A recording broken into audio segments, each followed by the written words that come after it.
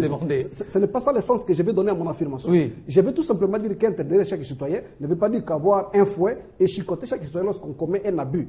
Mais au moins, on doit maîtriser l'effectif de la population. C'est ça que nous disons, être derrière chaque citoyen. D'où la raison d'être de la décentralisation. C'est un processus.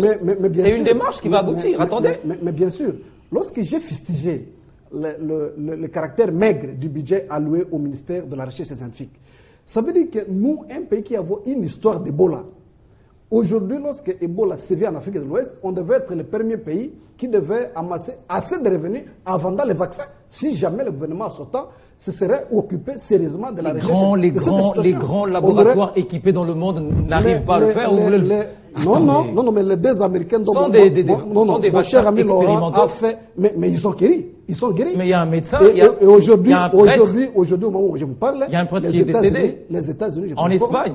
Les États-Unis, non, je parle des États-Unis. Les États-Unis aujourd'hui. Mais qui vous dit que les Congolais ne peuvent faire que ce que les Américains réussissent? Les Congolais peuvent aussi inventer quelque chose que les États-Unis n'ont jamais expérimenté. Très bien. Il ne faut pas sous-estimer les Congolais. Rapidement. Mais je vais chuter en disant ceci. Et la sensibilisation, il ne suffit pas d'appeler les chefs de chaînes de télévision et de radio pour les faire asseoir dans une salle climatisée, se partager un peu de miettes pour dire qu'on fait la campagne contre les Ebola. Non. Je crois qu'il est avéré que 95% de notre population n'a pas accès à la télévision, n'a pas accès à la radio. Même si on parle matin, midi et soir. Mais le discours se limite ici à Massina, à Lemba et consort. Mais la population qui se vit chez moi à Katakokombe où il n'y a pas de télévision, comment il va entendre les mesures appropriées? Parce que la fluidité de la circulation sur le plan interne n'est pas sérieusement contrôlée par les autorités nationales. C'est tout un casse-tête. L'État ne veut pas acheter des postes de télévision pour eux. Alors, il faut changer les formes des campagnes. Monsieur Jean-Pierre, la communication. Alors vous voyez, puisque vous avez dit que l'État ne pourra pas être derrière tout le monde, alors dans ce cas, il faut accélérer la décentralisation. Voilà l'importance de la décentralisation. Sinon, on contrôlerait mieux ses administrés. Le projet politique de mon parti, le PPRD, et en cela nous sommes d'accord au sein de la majorité présidentielle, est de créer un État de liberté, pas un État policier. OK? Où les gens seront là pour connaître chacun ce qu'il a fait, l'habit qu'il a mis, les couleurs de sa chaussette, ce qu'il a mangé à midi, ce qu'il a mangé le soir. Non, ce n'est pas ça ce que nous cherchons. Ce que nous cherchons, c'est de faire un pays où les gens se sentent libres, mais où l'autorité est responsable. Et la responsabilité de l'État, ce n'est pas d'identifier chaque citoyen qui passe dans la rue ou chaque personne qui habite dans un tel ou tel quartier. La responsabilité, c'est de savoir qu'est-ce qui s'y passe. Et dans le qu'est-ce qui s'y passe, dans le cas qui nous concerne, l'autorité a réagi comme il se doit. Première chose. La deuxième, je vous informe, si vous ne le savez pas, que les Américains qui ont soigné le Ebola, ils ne cachent pas que la formule est venue de la RDC. Alors qu'on ne vienne pas me dire qu'au Congo, on ne fait rien pour avancer. Ils ne le cachent pas. S'il vous plaît, dites-le. Ce sont les médecins congolais ici qui, à Kikwit, ont été les premiers à utiliser le sang des malades. Je ne suis pas spécialiste, hein, donc ne me demandez pas d'être très très précis.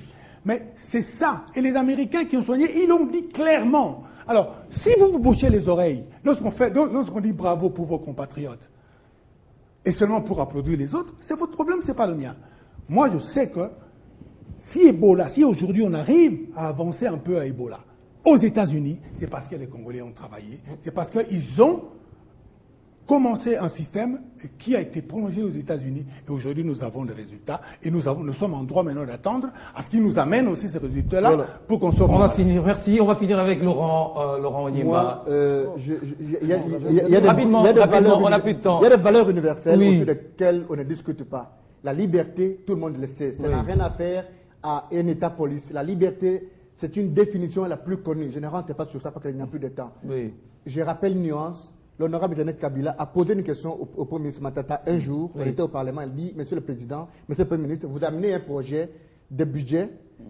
Est-ce que vous pouvez nous dire le Congo a combien de personnes?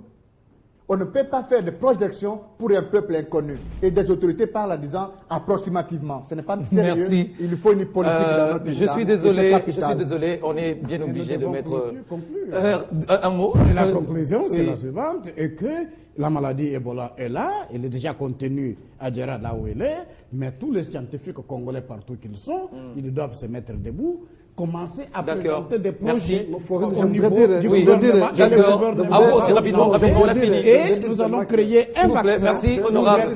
Très bien. Un état de sécurité ne contraste pas avec les contrôles de la population parce que les exigences sécuritaires d'aujourd'hui riment avec ça. D'accord, merci. Voilà. Merci de nous avoir suivis. C'était ça fait débat. Nous recevions sur ce plateau Chris Fengoy, député national, Jean-Pierre Kambila, cadre du PPRD, Laurent Onyemba, juriste et enseignant, c'est ça. Oui, à l'université de Kinshasa, mais aussi Laurent Otumbe, cadre de l'ECID. Merci à tous d'avoir répondu à nos questions. À vous aussi, vous qui nous avez suivis, portez-vous bien.